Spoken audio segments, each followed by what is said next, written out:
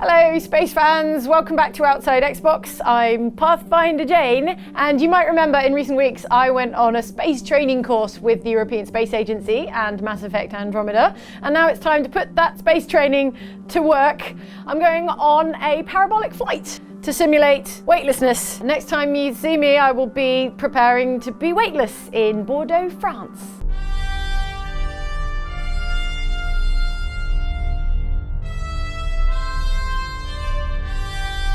Jane, yeah. You're back. Firstly, describe it in 3 adjectives. Amazing, amazing, amazing. 3 amazings. Yeah. That's what I was expecting. Yeah, triple A+ amazing. Andy. Yes. I brought you here to talk about 7 things you can do in zero gravity. Right, number 1.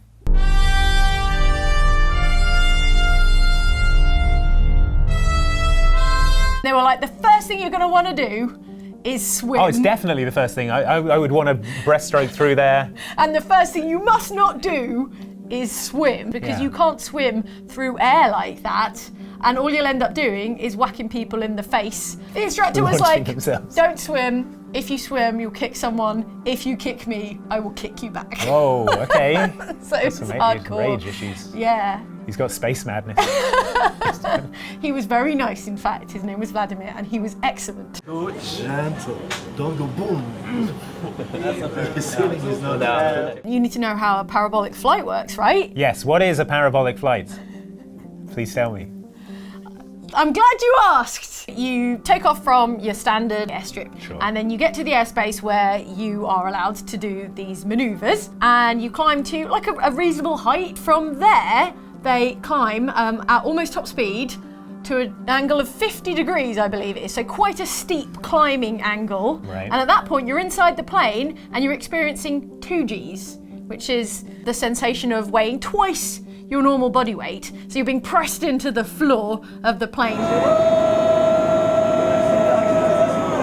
They had us lie down for the first parabola, just like, okay, just get to grips with this, guys. Don't do anything cool, don't do any flips. And then when they reach the top of that maneuver, you do the little parabola at the top, and then at the injection point at the top of the parabola maneuver, everyone suddenly becomes weightless.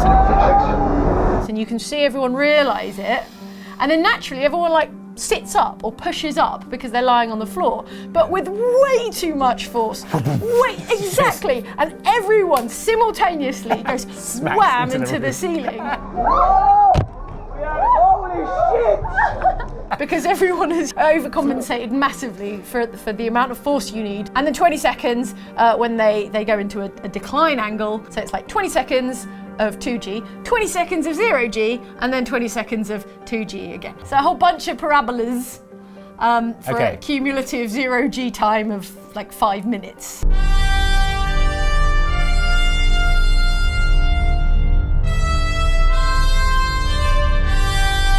If I'm not allowed to swim, Yeah. I'm definitely going to want to Superman around the place. Yeah, absolutely. So. That is permitted. Good. It's encouraged, in fact. Just fist out and kick off from a wall. Nice. Yeah, propel yourself clear across the cabin, crash into the far side. And they're like speed limits. They go like, don't launch yourself as fast as you possibly can across the cabin. Not speed limits, time limits, because you've got 20 seconds to do your cool Supermaning. And then get the right way up.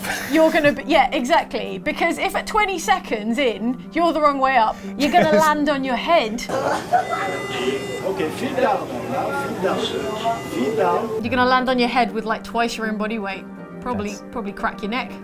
Oh shit! Feet down. Okay, so that's why in the footage there's a lot of audio people saying, feet down, get your feet down. Jane, put your feet down. Jane, feet, no feet, no feet. Feet down, Jane, come back. Because there are all these guys in the orange jumpsuits, the flight attendants whose job it is to make sure you don't land on your head or face, but on your feet in a safe way.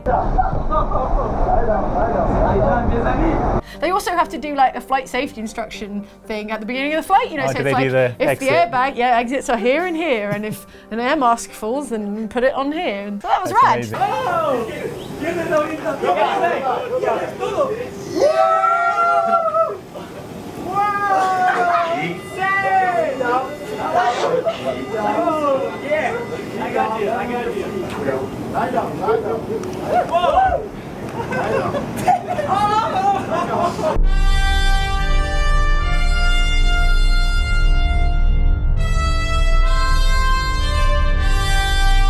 What's next? Laps is Laps. the progression after Supermaning.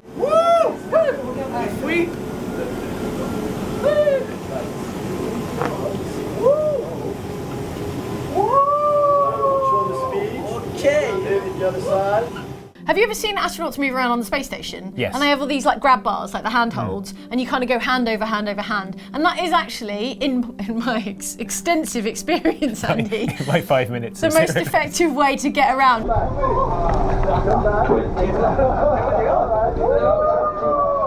And in fact, you can do little laps of the cabin like that. And we've got some relatively spooky footage of me with my hair down, Oh God, I've seen going this, across yeah. the ceiling like It's some terrible, kind like of something out of exorcist. The Ring. Yeah. Backwards across the ceiling. Yeah, like Yeah. that baby in Train Spotting. Come back, come back. Sit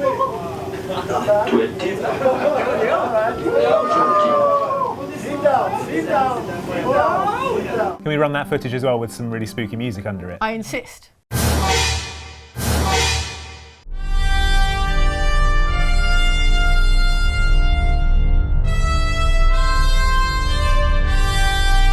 Moonwalks. Yeah. I assume you don't mean the Michael Jackson dance move. I mean, moonwalk. no, actually that would be really difficult because Yeah, there's you wouldn't be nothing to- sticking to the floor. No, so on a couple of the parabolas, they did moon gravity, where you weigh just a tiny fraction of what you do on Earth. So you can do a moon-style moonwalk.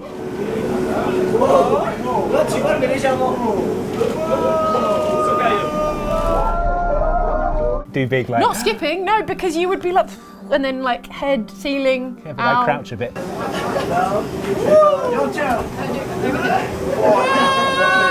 Moon gravity is excellent because you can actually do somersaults, and because you've got a little bit of gravity, it's sort of easier to manage. Actually, that was with the help of Jean-Francois, who is a former astronaut and who helps run the company that does the zero-G flights, in fact. And he was like, here, hang on, somersault. Nice. Would you like to move to the moon and have that gravity all the time? I would ideally like to just go and live on the space station and be weightless all the time. It's just so exhilarating. And I have a suspicion that it's a highly addictive like sensation because I would go back in a heartbeat. I would do it all over again every day until my muscles wither and my bones atrophy and I'm like, no more zero-G.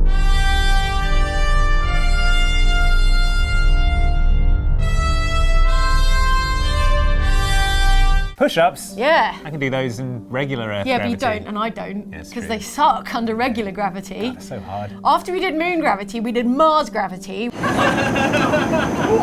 under which you weigh a little bit more than you do on the moon, but still not nearly as much as you do on Earth. So you weigh about a third of your weight on Earth. And it feels like being a superhero. Because suddenly you're like enormously strong. Amazing. I had my phone on board, so I did get like an occasional selfie. And then when under 2G, like you've just got your phone like resting on your stomach and you're like, oh, my iPhone is so heavy. I can't. I'm gonna bench this iPhone. Exactly. So that's the difference between Mars gravity and 2G. That is the only time in my entire life I will do a one-arm push-up.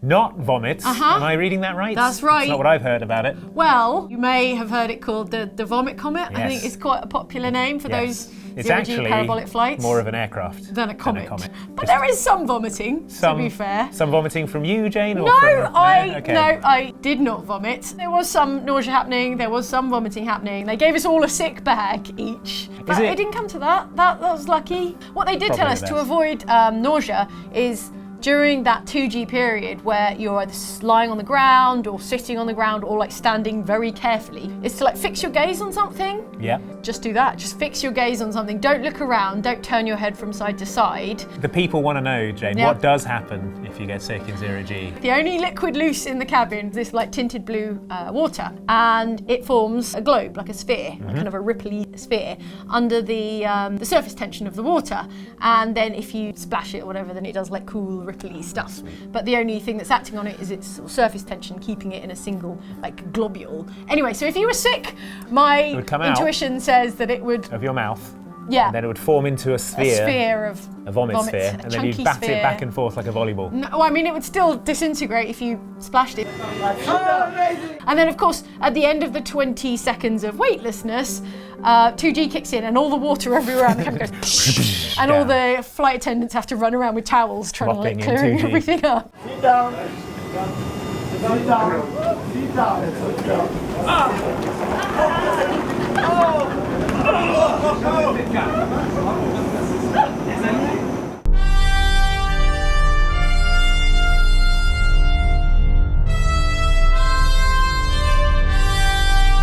Have long hair? That's going to take years. I believe in you, Andy. You can do it. It is super fun, let me tell you, having long hair in zero gravity. Because I went in there with a ponytail and the flight instructor was like, "You're going to take that out, right?" I'm like, "Yeah, I am." Once you take your hair down, and once you take your hair, your luxurious future long locks hair down, they go everywhere, but you have to shake them out because the instructor was like, actually, you'll find the electrostatic force will keep it all in a single mass unless you like floof it out. That's super cool. So you got to floof it out and then you get this amazing like Corona. spooky halo. If I had like a long beard, would that go up in front of my face? Well, it depends. Like, it wouldn't do anything of its own volition because it's hair, If I give it a little nudge, it would just But go... if you like floated down, then it might float up in front of you. I can't see the controls. They do haircuts on the space station. They have to use like a vacuum sort of thing at the same time. What? So otherwise your little hair would go everywhere. So when you get a haircut, they're like sucking with the vacuum cleaner or cutting with the other thing. Go to the ceiling, put the feet into the rail. Okay, come down. So your advice overall is to grow my hair long. Oh yeah, if you're going to take full advantage of weightlessness. Never swim. Don't swim. Do not swim, Andy. How many times do I have to tell you don't swim in zero gravity? And don't vomit.